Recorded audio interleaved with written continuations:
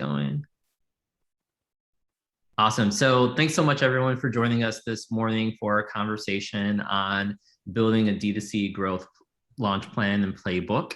Really, today is going to be a in-depth conversation on both kind of strategy and then some ideas for actual execution on growing your business online. It's definitely a super important topic right now as we're still in a very digital world, as the world's still trying to figure out how we reopen. And a lot of our businesses are really using that to, one, build our kind of core customers and then expand out from there to build a rich business.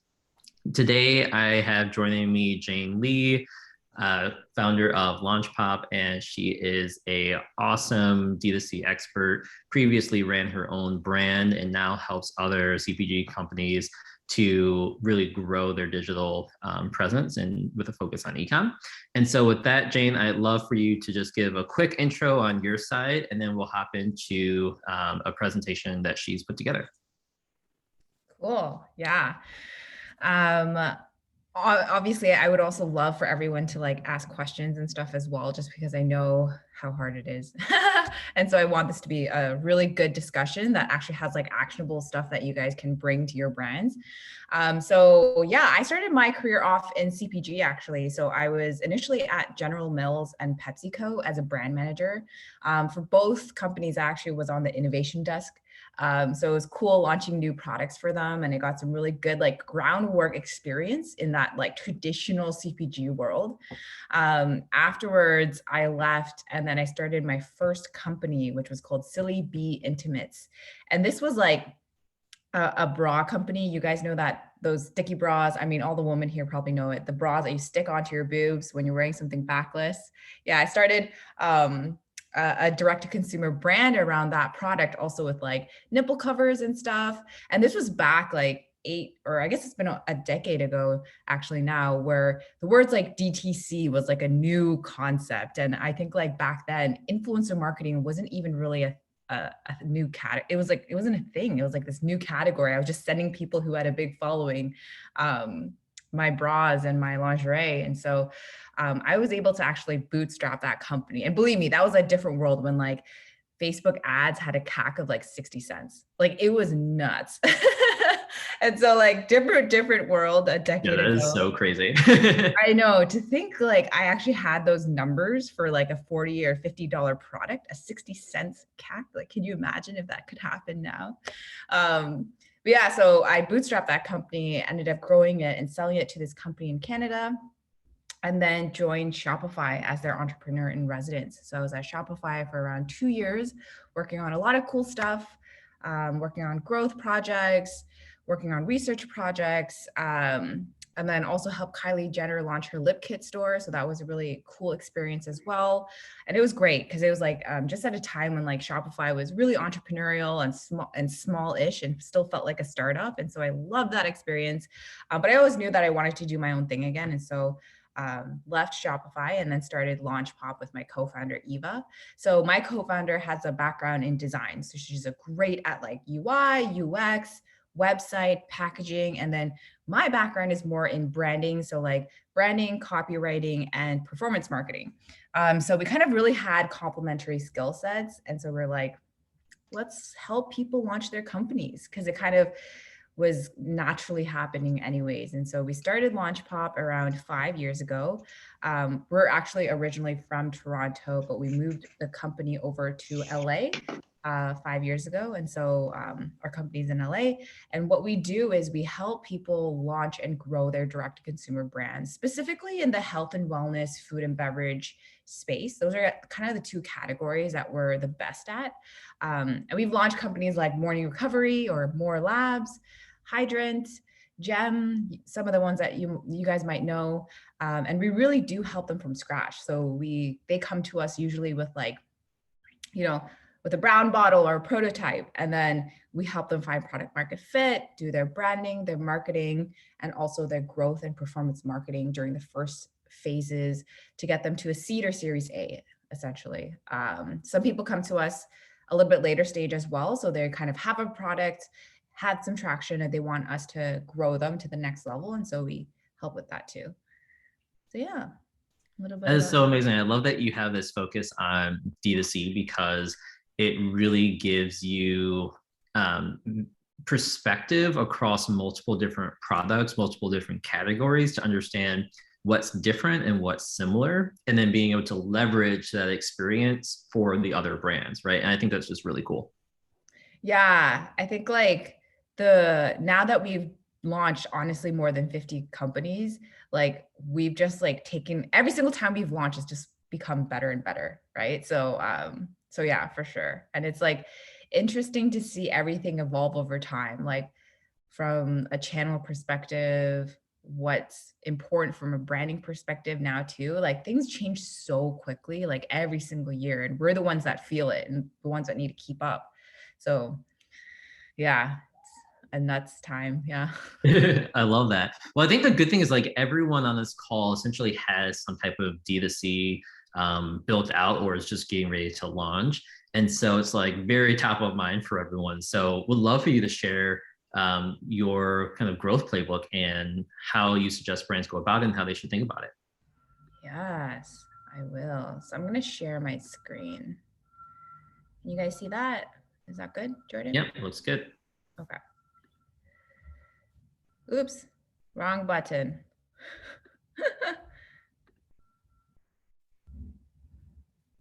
All right, we see it. Okay, cool. So before I go into kind of like, I guess like our thought process at LaunchPop and how can you guys see like the whole screen or is Yeah. this covering the top? Okay. Nope, we see the whole thing. Okay.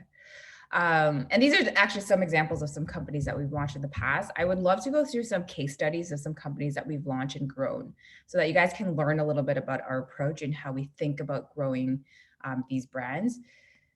So this is my awesome co-founder. So one of the companies that we launched is Morning Recovery. Does everyone know this brand? I'm sure like everyone knows it. Yeah. Yeah, I've been following them for a while. Yeah. So it was really interesting. Like this guy, his name is C-Sun, right here. He's the founder and CEO of More Labs. Not anymore, but he was the founder of More Labs. He came to us literally with like a brown bottle and was like, Jane, like this works in Korea. Let's launch this in the US, right? And I kind of laughed. I'm Korean, and this is like a very traditional product actually in Korea. It's been around forever. But the US didn't have this product. So I was like, you know what, that's kind of smart. Like, yeah, sure, let's launch it. And initially, CSUN actually wanted to target college students and wanted to actually make this into like kind of like a party brand drink.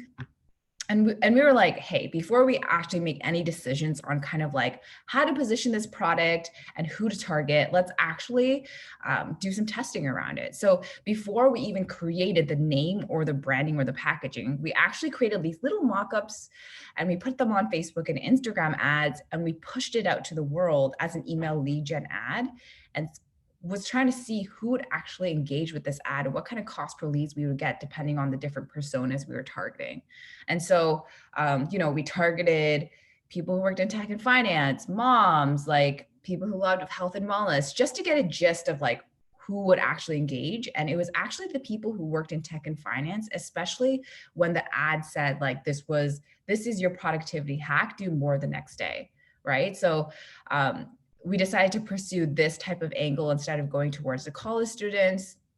We created the brand, we created the website.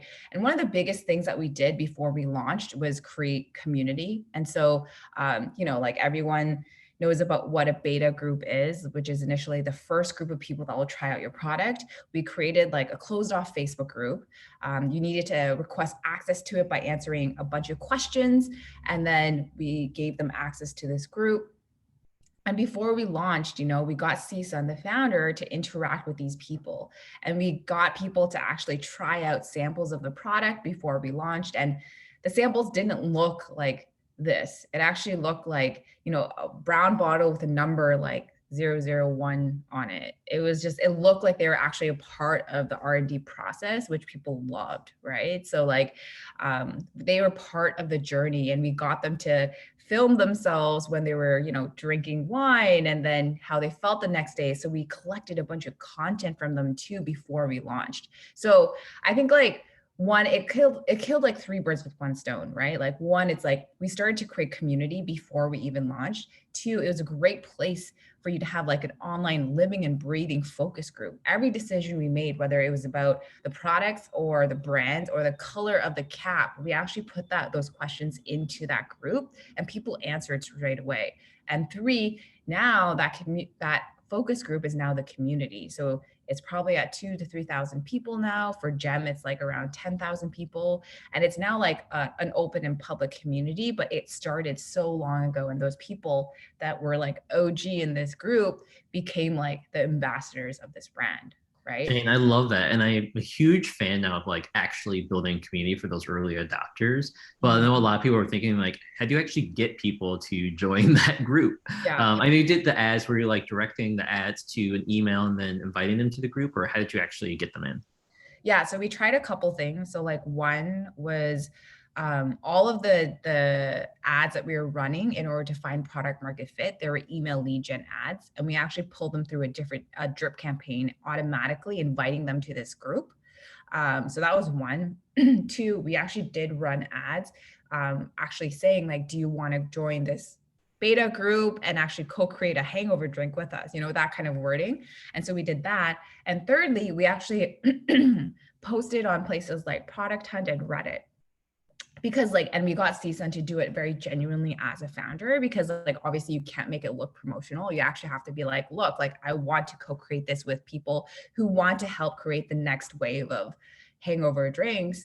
Like please like join this group and you'll get free products. You'll be able to be like featured on our website, etc. So those were the different ways that we actually got people into this group. And it kind of evolved from there. Like we encouraged the people who were like the top like 20 people who are posting to invite their friends.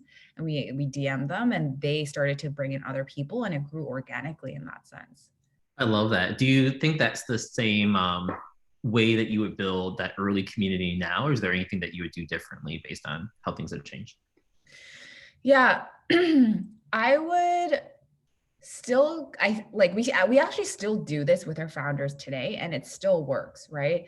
But the only thing is like, when it's a product that's not targeting, like a lot of people aren't on Facebook anymore. That's the thing, right? So like sometimes we actually do create a closed off Instagram account and we do the same things there. And we do polls on the stories, we post on there, and then we do lives there for the community as well. So rethinking kind of the different platforms that you could create community in is the things that's different. But in terms of our strategy and approach of like creating a private group, like the content strategy, that has maintained the same. Yeah. Okay, awesome. Cool. Oh no, how do I? Oh, there we go. Okay. Another one that we launched is called GEM. I'm sure you guys have heard of this one as well. Sarah is an amazing founder. She had founded this water CBD company before, and she came to us and she was like, look, I really want to use algae, because algae is the most carbon negative ingredient out there. If people ate more algae, it would actually be good for the planet and also us as humans, because it has so much great nutrients. But I don't know what to put it in. Should it be an algae bar, an algae cookie, an algae chip, an algae vitamin? And so we were like, let's test it out. And so we actually like mocked up like algae vitamins, algae cookies, algae chips, like mock-ups of these things. Obviously they didn't look that great because they were mock-ups and not photography, but whatever. And we pushed it out as ads and we targeted a bunch of people. And it was actually the algae vitamin that got the most click-through rates and also emails. And so we saw like an opportunity there, especially, and then we tested out different positioning. And the one that actually won was like, this is a new kind of vitamin. You should get your nutrients from real food instead of a pill. It should come from the earth, not the lab. So that type of language was working really, really well. So we decided to choose that positioning. And then she went off to create these like little bite-sized, like vitamins. And then once again, we actually created community. So like we created the closed off Facebook group called the Gem Woman. And you can see now it's live. It's at around 7,000 to 10,000 people, I think. And it was cool because like we encouraged Sarah to actually invite a bunch of investors into this group, because they're consumers too, right? And she actually was able to raise $750K before she launched, before revenue from Collaborative Fund, which is a pretty big fund, because those investors were in that group and they were like, holy shit, like there's so many people who are so excited about this product and they're so engaged. There's true product market fit here. And then they invested. So so that community isn't just for like sales. It really is a great way to get like investors involved to see what type of genuine relationships you can create with your customers.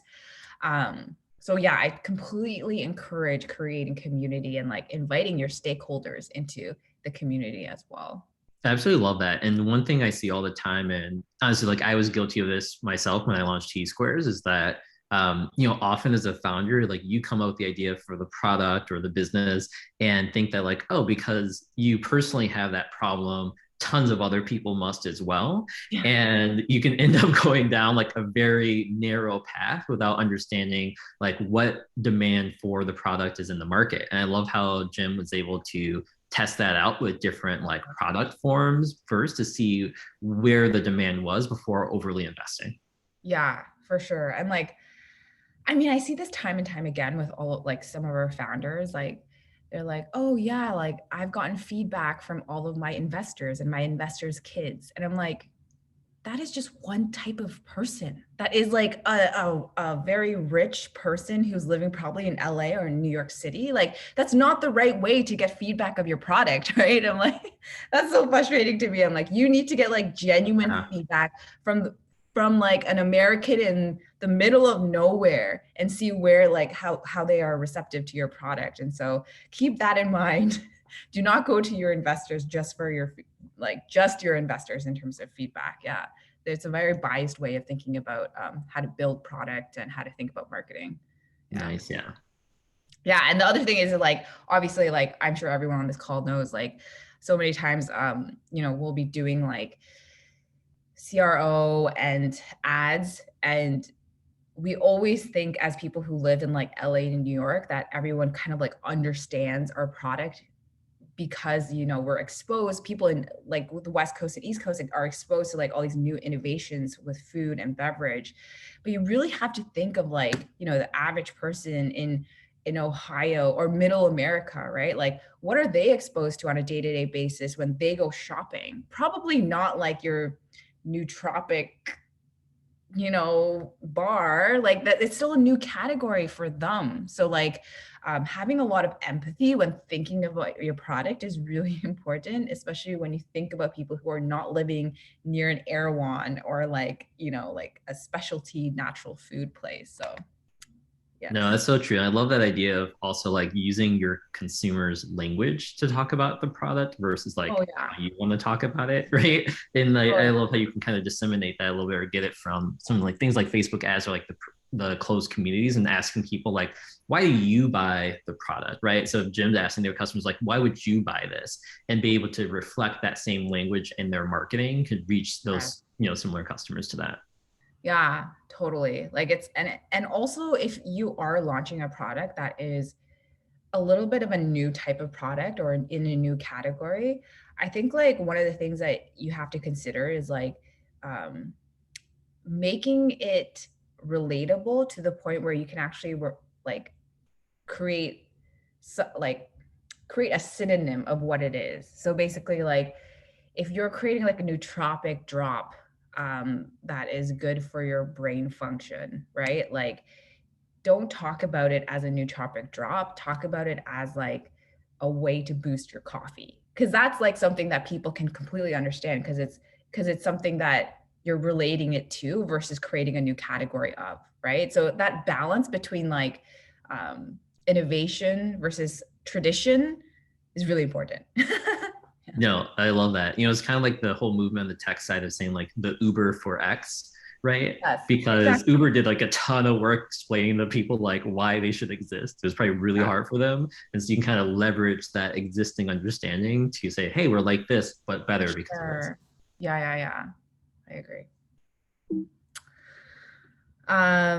Okay, we also launched Rael, direct to consumer. A lot of you guys probably know this. They're an organic pad and tampon company. So they were actually in a different phase. They were doing around $500,000 a month on Amazon, so they're crushing it.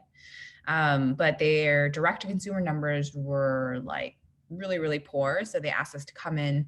And once again, like what we did was we actually did a bunch of testing around who their consumers were, how we should be positioning it. And we actually redid their website. So even if you are in a place where like Amazon is doing really well for you, because I know that that's actually a big trend amongst a lot of food and beverage founders.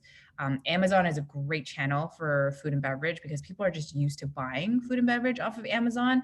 But obviously, direct to consumer is where you'll be able to have more margin, have more repeat purchases, learn about them, create community, and create defensibility at the end of the day, right? So having a strong D2C is important, but a lot of the times Amazon, because they don't give you any data, you won't know exactly who or how to talk about your brand in order to really scale the brand. So I would really encourage, similar to how we approach Rael, doing some testing around messaging, around how to position who is actually interested in this product, and then kind of redo your D2C strategy from there if you're looking to, if you're kind of like the Rael consumer. But yeah, we were able to launch them and then grow them exponentially. And then they were able to raise a $20 million Series A from SoftBank. So they're doing. Jane, that's a good question. So, Hmm. how do you see the role of a D2C site, right? Like, if people are selling on Amazon or something, like, what's the role of the site? Is it education? Is it trying to drive sales to get a better margin? Like, what are you kind of seeing the success be or the sweet spot? Yeah, man, it's so interesting. So like, one of the things that is happening is like we'll work with these founders and we'll launch their direct to consumer brand, and then they'll also launch Amazon at the same time. My company, we don't do Amazon because ultimately like I don't know how to do Amazon PPC and stuff like that, so we don't offer it. But what we find is that a lot of people will see like, you know, our ads on Facebook and Instagram ads, and they'll go to Amazon, they'll buy it, but obviously it's hard to make the attribution. So we can't really like, and then we'll reduce Facebook and Instagram ads, and then we'll see Amazon go down too. So like, but that like changes every single month. So we can't really kind of even guess how much of the attribution is coming from Facebook and Instagram ads.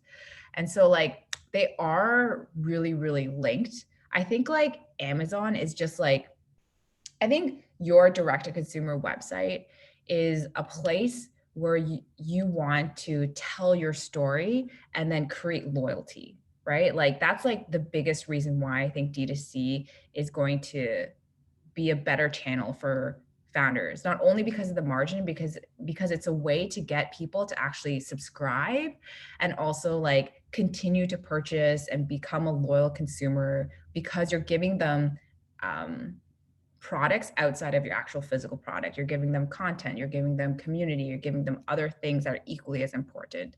And so I think like creating an experience on your D2C that warrants, you know, them to actually buy on your D2C versus just having that Amazon experience is really important. So like think about that experience after they actually check out, what do they get, right? So I would say like think about all of those things in terms of retention.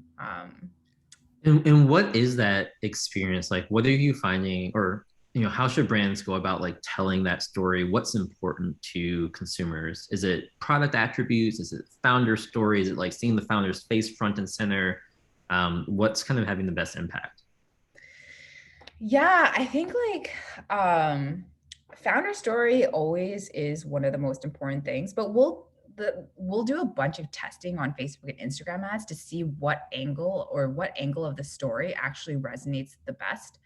But usually founder story does really well. It'll always be like the top 3 reasons why people actually click through. Um, but yeah, I think like in terms of keeping them engaged, like obviously email marketing is really, really important. And it continues to be one of the biggest drivers of at least all of our founders' sales.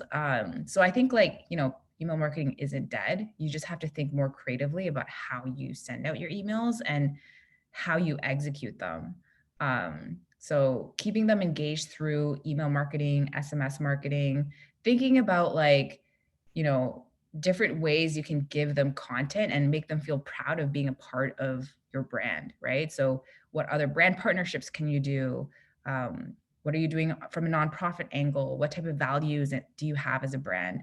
showcasing those things, I think will be really important. I think rewards and loyalty program stuff, you have to really think through that kind of like a loyalty program, because I don't think a lot of people want to be a part of like a million different loyalty programs, right? If you're a brand where it's kind of like this, like Real, they actually have like so many other products now. They have like skincare, they have fem care, they have clothing, like they have a ton of products, hundreds of products, and the ability to actually like get points based off of how many things you're buying, it makes sense for them, right? Because you can like really encourage them to buy in other categories, and you can really own their bathroom experience at the end of the day. But if you only have like one or two products, I think like doing a loyalty rewards program is a little bit hard. And I haven't seen too much success, to be quite honest, with brands that have two or three products. So thinking about how to actually, I would just focus your resources on actually creating community and making people feel like they're part of like all the other products that are yet to come. Yeah, and focus on just like getting their opinion on what type of content they want to see, what type of brand partnerships they want to see, and stuff like that. I think that's what I would focus on most. Okay, cool. Yeah. Cool.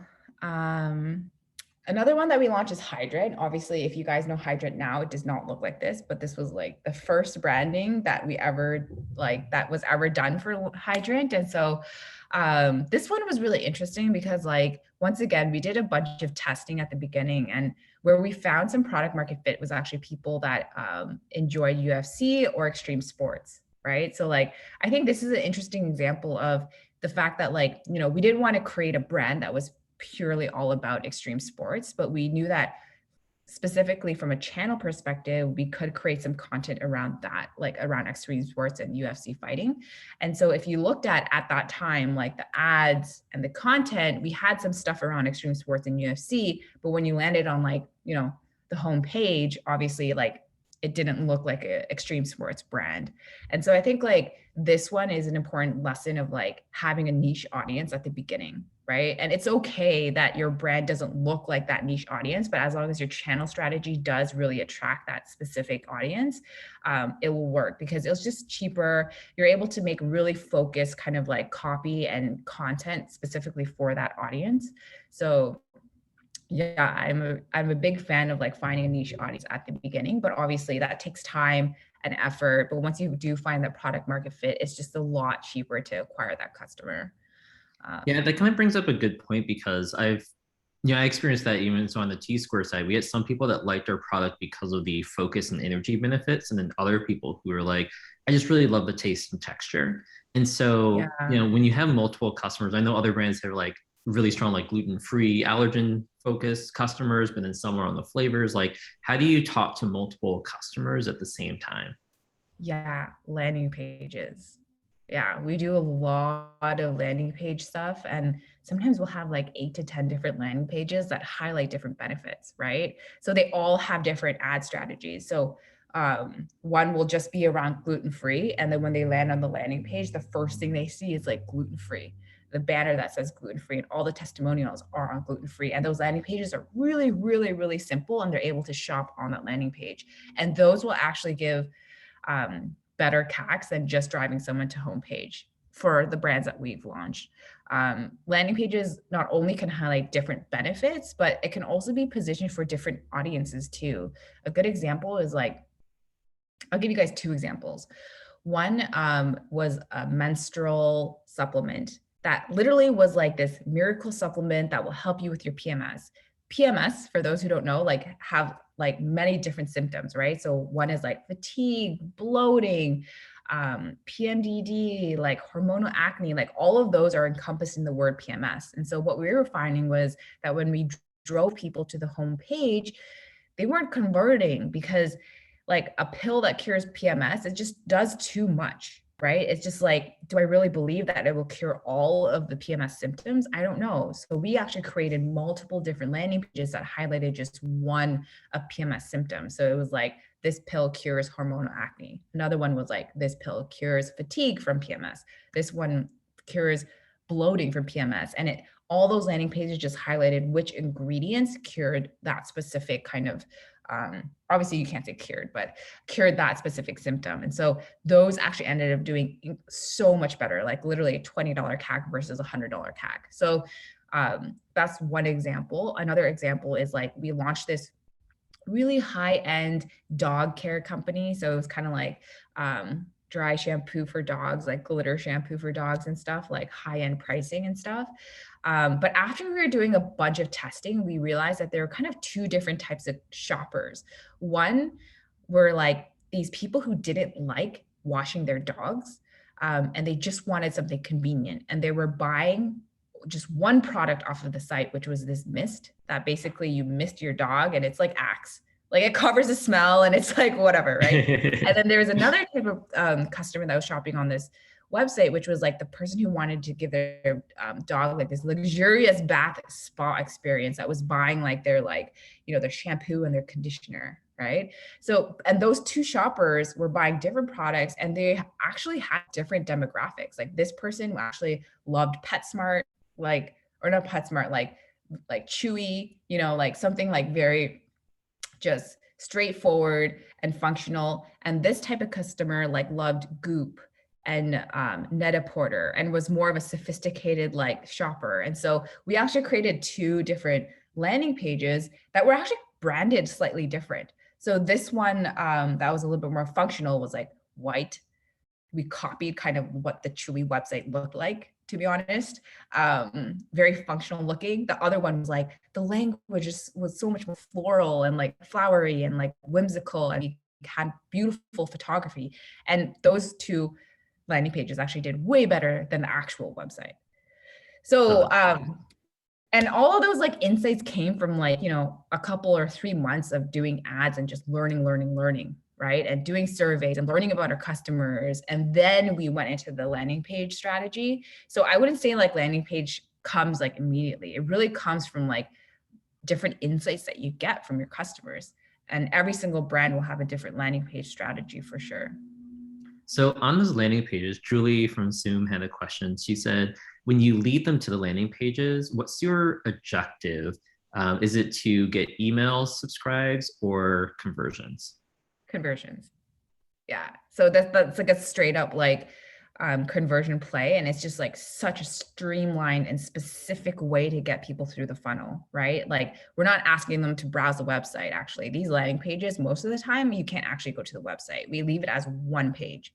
And we just keep them on there, and there's enough information where they can keep scrolling and scrolling, but we place like the product actually on the landing pages in different sections so that people can just shop straight off of the website. And most of the time, if your product is anywhere from like, 30 to 40 bucks, something, it's like the right price where people don't need too many click-throughs on different websites to actually feel like they need to warrant that purchase. So that's what we've found. Yeah. I love that. Yeah, you're like able to say, you're basically asking on Facebook and through the ads, like, is this a problem that you have? And when people click, it's basically like, yes.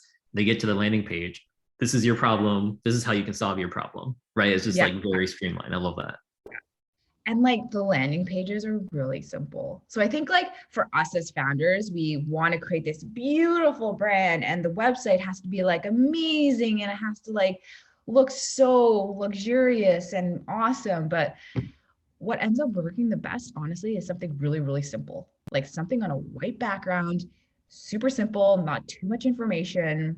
Let me tell you, like that's always a thing that works. And it's interesting too, because like a lot of brands will actually like graduate from Launch Pop. So they'll like, we grow them to a certain point, they'll leave us and they'll start hiring their marketing team internally, which is totally like what we want. And they'll do a rebrand, right? Because like they want to graduate from like our initial website that we've created for them, which is like a pretty simple website. And then they always come back to us and they're like, oh, fuck, like our website conversion dropped by like 2% after we did the rebrand. And it's always because like, it's just like too much. Like the branding needs to be simple. And I totally understand why like we create beautiful, beautiful websites and beautiful brands.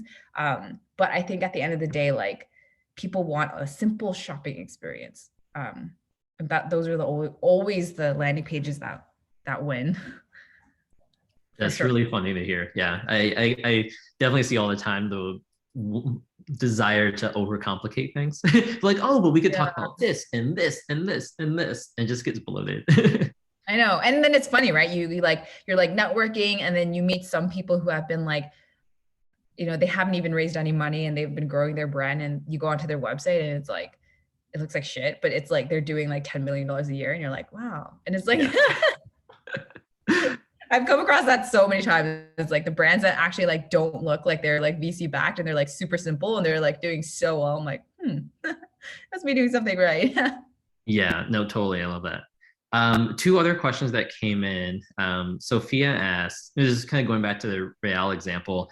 Is there a way that you've been able to drive Amazon traffic to your D2C site? I know you don't work in Amazon much, but have you tried that on like the ad side or anything? Yeah. I mean, like one of the things that we did was actually just like, lower the price on the D2C versus Amazon. So that's like one of the ways that we've like done it. And obviously like we create specific inserts for the actual Amazon purchases to get them to go to D2C, but that's it. Yeah. Like, because we don't really touch the Amazon channel, we're able to kind of like recommend some of these things to our founders, but I don't know if they like actually really do move the needle because it's so hard to track. Yeah. I think there's two things. I work with a lot of brands on Amazon, Sophia, and two things I'd say. One is people who shop on, it's kind of like there's people who shop at Walmart and there's people who shop at Whole Foods, right? Like but you might have your product selling at both. If you are going to a Walmart shopper and say, hey, our product's also available at Whole Foods, they're going to be like, I'm not going to Whole Foods. And if you give us like a Whole Foods shopper, like, hey, it's available at Walmart, but it's cheaper, they're like, I'll just rather go to Whole Foods still. Right. And so like there's different customers that shop at each platform. Yeah, there's some overlap, right? Because some do both. But some people prefer to buy mostly on Amazon, some prefer to buy mostly on Whole Foods or whatever, like on your D2C site. And that's just kind of part of how the reality is. Because every time I've seen people try to drive their traffic to their own D2C site, the conversions are just really low. Yeah. But like you said, like some people do like flyer inserts where you can say, hey, sign up for our email list and get a free product or something from our site. That way you can capture their email and convert them over. And then the other thing is Amazon changed this, I think, recently, but used to be able to download a list of all the people and the addresses of where you shipped product from. And you could create lookalike audiences through your ads to try to reach those customers. Yeah, that's interesting. Did they change that recently so you're not able to do that? I'm going to double check. I heard that they were changing it. I don't know if it actually went through or not. I haven't looked in a couple of months, but yeah. Yeah, it's so interesting, like which categories do well on Amazon. Because like every single time we work with food and beverage brands, like Amazon does really well. But then when it's like, I mean, like supplements is kind of hard because like it's just way too competitive. But yeah, like skincare, hair care, I think D2C does like way better. But yeah, food and beverage. I think it's just like maybe the shopping behavior, like people want it right away because they crave it at that moment, and they're like, oh, I want tomorrow. I'm gonna get it with Prime, right?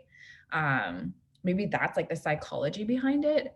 But yeah, it's gonna be interesting. And like I know that it seems like Amazon's trying to do a better job at making their brand like less they want to make it so that it feels good to sell on Amazon instead of it being because some like higher end brands don't want to be on Amazon at all. So we'll see what Amazon does. Maybe they'll change the branding a little bit. Another question that Ryan had. So can you talk about like how brands should think about CAC numbers and as it relates to AOV in customer acquisition costs compared to like average order value?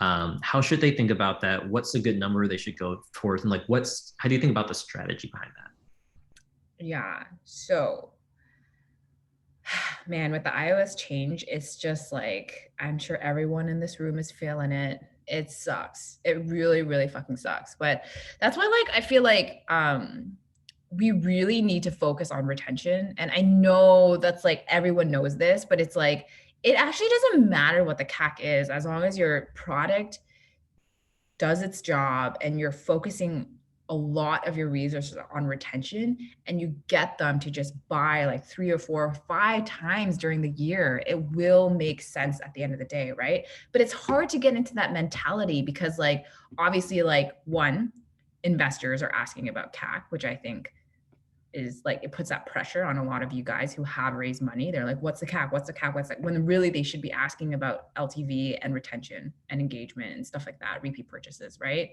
And then two, it's like that upfront cost, right? Like for you guys who haven't raised money and have like are bootstrapping it, it's like, holy shit, like I need to like put all this upfront money in. It's costing me like $100 to acquire a customer. Like this is like such a headache and it puts so much pressure on me to actually like get them to purchase again, right? So like for me, like we're, even for us, like we're starting to focus a little bit more on retention for our founders versus like straight up acquisition, and we're educating them on that, which I think is like really important to think about. And yeah, so I think like I think that you should think about everything as a blended CAC, right? Like I think because it's getting harder and harder to attribute sales to everything, look at everything from a blended perspective. I think you want to, one, make sure your product tastes great, right? Like I think like at the end of the day, like taste is everything, no matter how many functional benefits you have, because taste is what's going to keep people coming back for more, right? So I think like that's like so important, and that's a product thing that we don't touch, but we always like make sure that we work with people and we try the products, and we have to make sure it tastes good, or else we won't work with them because we know like that retention is everything. And two, like I think AOV is really important now. So it's like creating like bundled opportunities, which also kind of speaks to like how you guys are thinking about product drops, right? Like I think like what is nowadays, what's becoming more important is like keeping people coming back, not only for your marketing, but also for your product innovation, right? So it's like, if you can actually create a system where you're dropping like a product every quarter and creating a campaign behind it, I think that would be like the most ideal world, because you're keeping people engaged with like what products are coming next. And then you're giving people more options to shop within your website to increase that AOV and increase repeat purchases, right? So a lot of these things that I'm starting to think about is like really like product focused versus marketing focused. Like I think like people are spending way too much time and effort into their marketing and not enough time in their product. I think people are like, oh, let me create something easy and then let me put some really nice marketing and dump a bunch of money into Facebook and Instagram ads and see how it goes. It's like, no, like the products have to be very thoughtful to keep people coming back at the end of the day. So yeah, those are just my thinking. In terms of like straight up like CAC and AOV numbers, like, yeah, it just really depends on what the price of your product is. If you're like a CAC for like a $300 product, obviously is different than a $30 product. I've heard that like, some people will look at first purchase profitability and some will look at like second purchase profitability. Do you kind of subscribe to any of those kind of theories or strategies? Yeah, for sure. I think like, so a lot of the founders that we work with are earlier stage. So we actually help them with their VC decks when they go raise their like seed or series A. And we do look at first purchase profitability and second purchase profitability for sure. And that's also something that I would look at. And like another thing that's been working really well is like sampling. I don't know if you guys have tried any of that, but like online sampling, we've done like actually a landing page that you can't get to from the actual website. And that landing page offers samples. And we obviously like have specific ads and we spend only a specific number of cash each month on that ad, because we kind of can predict how like we only spend like $500 because we only want that to be like within the experimental budget, and we drive that traffic to like a landing page with samples in it, and then we drive them through like obviously like a email drip campaign through it, and then sometimes we'll retarget them, and that's actually worked pretty well too. If it's like a product that is driven by taste, which a lot of you guys have. So Awesome. Yeah, I'm a big fan of the product trial, and I always recommend to, especially brands starting out, if they're like worried about giving away free product or not have the budget for shipping and everything, essentially try to get to a point where you can charge it for like at a break even price. It's better for light products. Our product was like $4 to ship or something. So we were able to make it pretty cheap. So people pay like a minimal fee to get like a free sample. It also helps all the people who are just looking for free products. Yeah, like we've done it for like even vitamins. Like we have like a bunch of gummy vitamins that we've launched, and we just like literally separate, like we just give them like 7 little gummies to try. And like you don't see the results of whether your skin gets more glowy or dewy after 7 tries, but they just want to like taste it. And if it tastes good, then they're gonna buy it, right? So that sampling program has been like super profitable for us. Awesome. And like they actually break even on that as well because we charge them for shipping, and it's just 7 gummies, right? So it's like super thin pack. Yeah. Awesome. I love that. A couple other just rapid fire questions that have come in. What's the minimum ad spend that you'll recommend for doing a test and learn on a concept? Yeah, so I guess it depends. Like I would run it for like 14 days ish. Use maybe like 2 to 3K on that to really get some numbers that you can feel confident in. Yeah, so I would recommend that. Awesome. And then do you work on any unboxing experiences with your clients? And then how do you think about that? Unboxing experiences like packaging and Packaging like, and inserts. Yeah. Our team is so good at that. Yeah, I mean, like, I think like it depends on what your brand like stands for and the brand values. Obviously, like if your brand really values environmental, then we've done like a lot of craft packaging. If your brand is launching something fairly new, then we have done like really beautiful like foldable inserts that you can stretch out, and it's almost like a map, and you can see like how the product was built, and it creates like transparency with ingredients and stuff.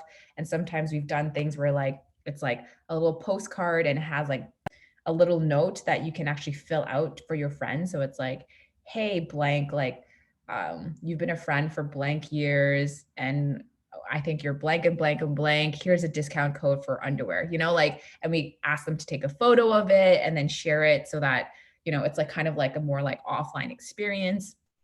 We've also created like beautiful posters that people can actually like put on their wall so that it becomes kind of something that you talk about when someone comes over, for like candle brands and stuff. Like there's like a lot of creative stuff that you can do, but it really depends on kind of like what, your brand stands for, what your brand values are, and what kind of experience you want, for sure. Yeah. Nice. Yeah, I see a bunch of people who are like including stickers in boxes and stuff like that. And I guess it depends on your audience because like personally, I'm not a sticker person. Like I've never put a sticker on anything. I just like drop them in the trash, but I feel bad because I'm like, I know you like pay for these. But like maybe some people are sticker people will put them up. So it just depends on who your target audience is. But test and see the results and see if you see any like people sharing it. Yeah, for sure. And like, yeah, we've done stuff. We've tried so many different things, like from an offline perspective, because like the cool thing about our team is like we're like all of our team members are like they kind of like growth minded and also design focused as well. So like we have people who like understand both sides. So everything we touch from a design perspective, we're like, how can we growth hack it? Like everything that we do, like packaging, inserts, like all of it, we come together and we're like, how can we growth hack it? So it's like, yeah, a lot of cool stuff that we've done.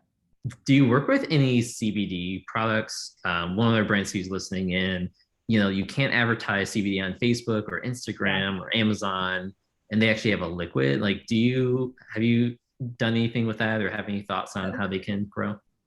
Yes. So we worked with one called Potly, and I'm sure that person knows about them. They're like an ACV with CBD, honey with CBD, shrimp chips with CBD. So really cool, like pantry items with CBD infusion.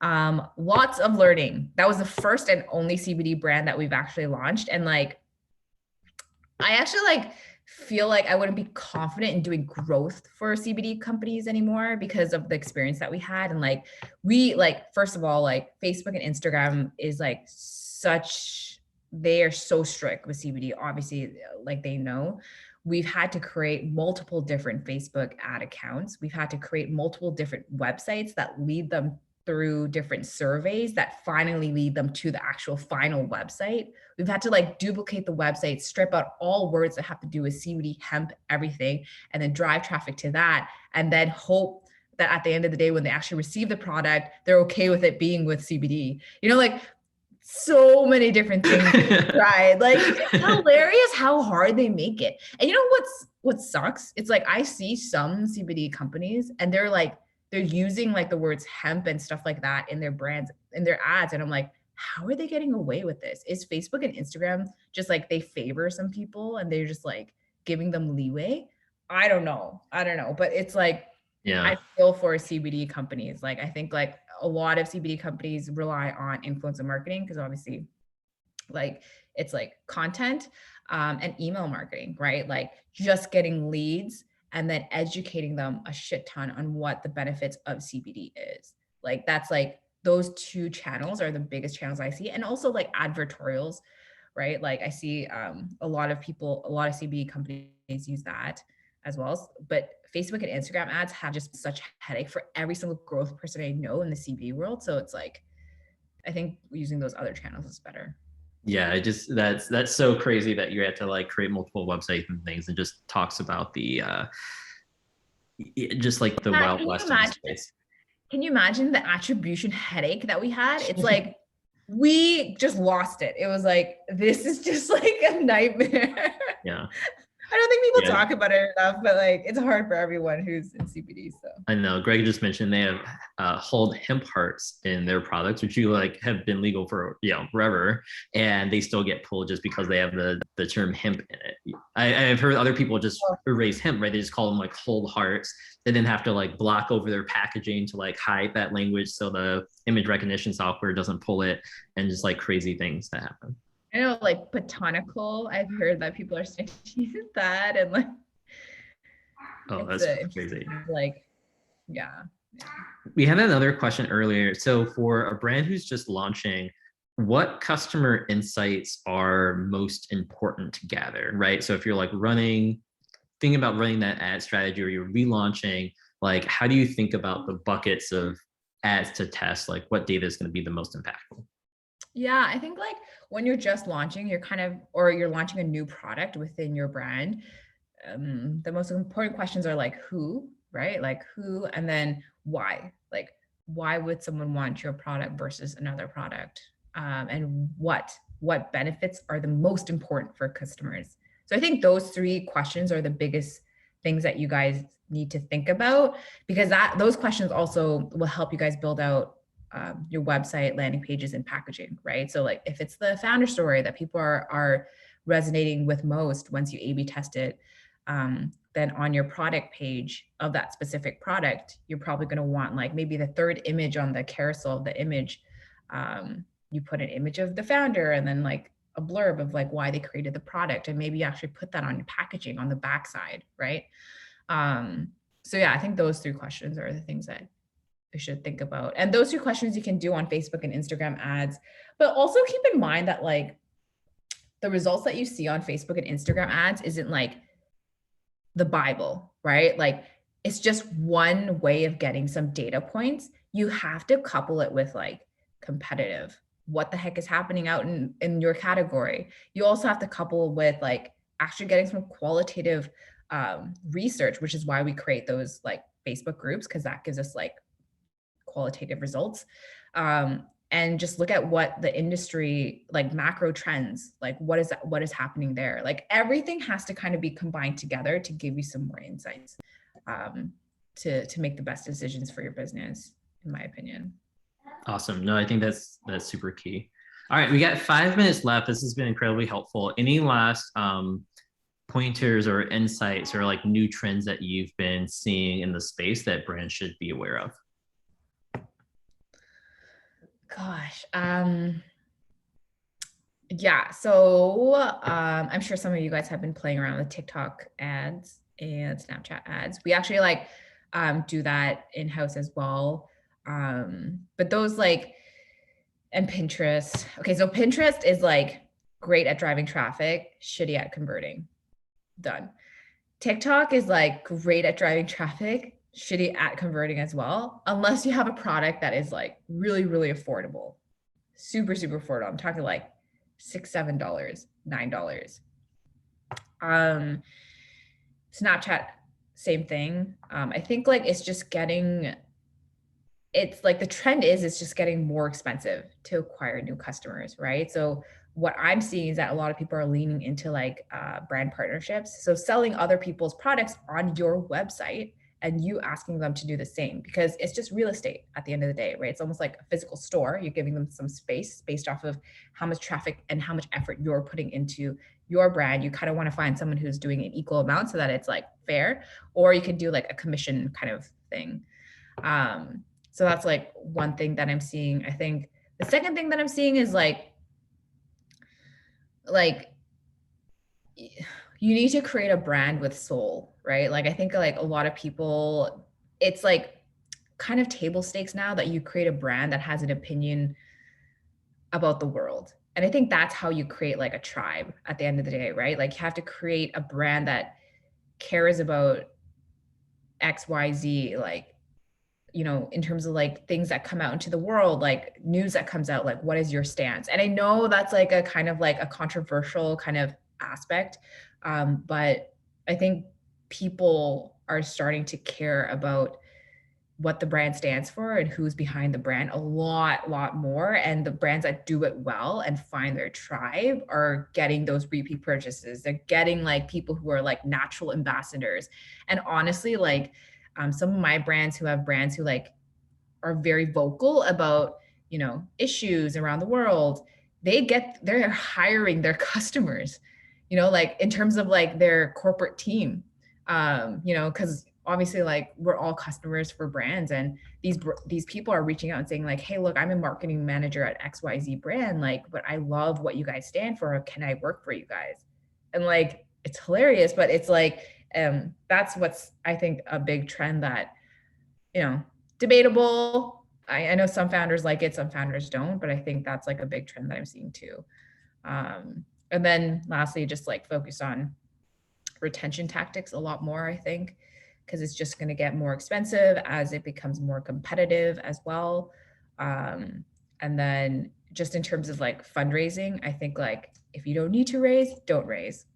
Like I think like there is a road where you can just slowly grow a brand, or like, and it will take a longer time. But I think a lot of people are stuck in this world where they think raising is a must, and it's like so glamorized. So if you don't need to, don't. That's good advice. I tell people the same thing. Jane, this has been so amazing. Thank you so much for sharing all these insights, and definitely a ton of practical tips and tools that people can walk away with. So thanks so much for joining. I look forward to future conversations, and appreciate having you on. And then for everyone listening, we did have a recording of this. So if there's anything that you missed, I'll be sending out that recording in a day or so. So keep an eye out for that. Otherwise, have a great rest of your Wednesday and have a great rest of your week. Bye. Thank you.